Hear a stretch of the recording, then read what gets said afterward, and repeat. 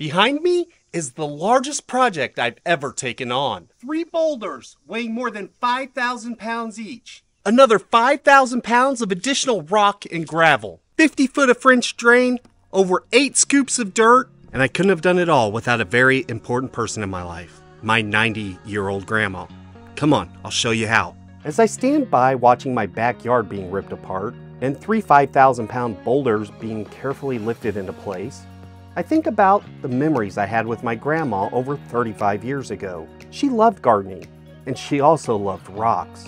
My brothers and I would spend our hot summer days digging in the dirt, moving around rocks just a few inches at a time until our vision became clear. So when these guys were hoisting these boulders into place, I knew, after years of childhood experience, that I would be able to get these massive boulders, the centerpiece of the entire fire pit, perfectly positioned.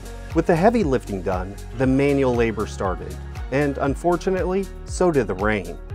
At this point, we weren't as sure exactly what to do next, but we knew if we didn't lay down some landscaping fabric and get it held in place with some staples and Virginia stone, all we would be left with was a mud pit. However, the rain was a blessing in disguise, sort of. We have always had issues with water pooling in our backyard, and we thought that the excavation would mostly solve that problem, but we quickly realized a French drain was going to be needed. Now, unfortunately, the guys with the backhoe weren't coming back anytime soon. So once again, I thought about my grandma for inspiration. She would have us doing yard work every day of the week, rain or shine, hot or cold, digging holes, planting flowers, picking weeds. So while I knew that digging a 50-foot French drain by hand was gonna suck, deep down, I knew I could do it. She taught us that hard work always pays off. And thankfully, with the help of my beautiful wife, I didn't have to do it alone. Once the trench was dug, it was lined with a woven landscaping fabric. Then, a perforated pipe was laid right down the middle. And with everything in place, we could shovel a ton of washed gravel over the top. Before we could go any further with the French drain, we needed to figure out where the fire pit was actually going to go. Now, my grandma always seemed to know the perfect place for each flower, each bush, each tree, each rock. I was always amazed how she always seemed to have a final vision for the project well before it was complete. She taught us to lay things out, take a step back, ponder, and rearrange things until they were absolutely perfect. So after finding the perfect place for the fire pit ring, I cut the landscaping fabric away, and I started to dig. And I dug a lot. I left a ledge around the hole to support the fire ring and then kept on digging. This would allow for drainage so the fire pit wouldn't turn into a backyard pond when it rains. Then, after a test fit with the ring, I had the honor of filling up this entire hole with more washed gravel. The ring is important so the fire pit will hold its shape over time. I also wanted the fire pit ring to sit above the hole about 4 or 5 inches to allow for better airflow. In-ground fire pits are notorious for smoldering. Using this smokeless fire pit ring helped too. So once the base layer of rock was above the ledge that I left in the hole, I leveled everything and installed the ring. Next, I added more gravel to the inside and outside of the ring to anchor it in place. And a few more landscaping staples ensures that this fabric won't ever pop up once backfilled with some more Virginia stone. Just like my grandma, my wife isn't afraid of hard work. So when she volunteered to help me move these one-man boulders into place with a furniture dolly, I took her up on her offer. We moved the boulders around, placing each one on top of the fire ring to further anchor it in place until we had a natural look we wanted. The outside ring around the fire pit still needed to be defined, and a circle seemed like a logical shape.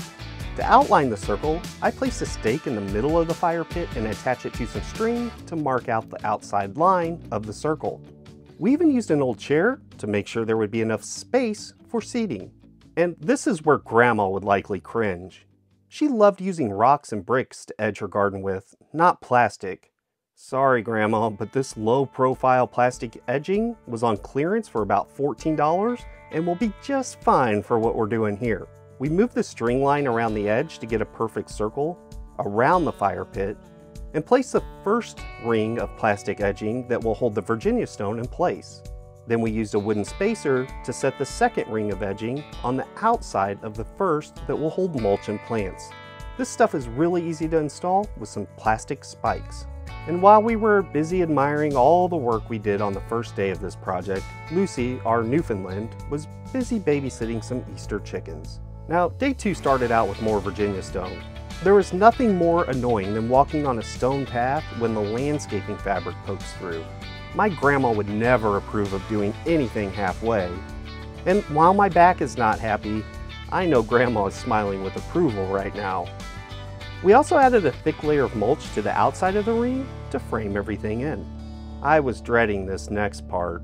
It was time to finish the French drain. The first step was to wrap the pipe and gravel up like a burrito.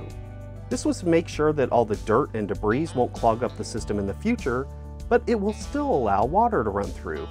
A few landscaping staples worked really well here to hold everything in place before we backfilled it with dirt.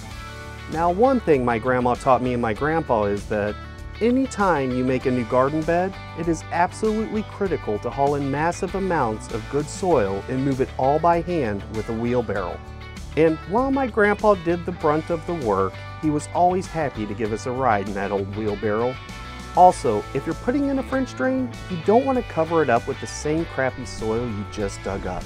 If the soil wasn't draining well before the French drain, then it for sure won't drain water away after the French drain is in place.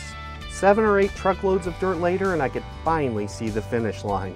Not only did I cover up the drain with 8 to 10 inches of fresh topsoil, but I evenly spread a generous layer of topsoil over the entire excavated area because the clay soil in my yard is incapable of supporting life.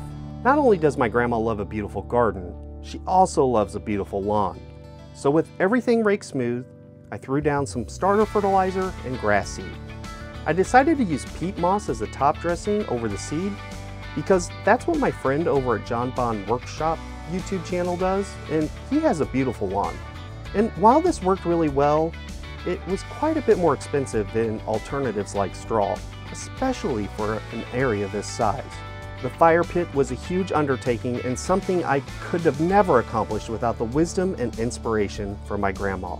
Let me know who inspires you when you take on a big challenge in the comments down below. I now have a beautiful fire pit that I can enjoy with family and friends, where we can all tell stories and recall memories. Memories from our childhood, growing up gardening with our grandma, and realizing that 35 years later, I couldn't have done it without her. Thank you, Grandma, and thank you for watching.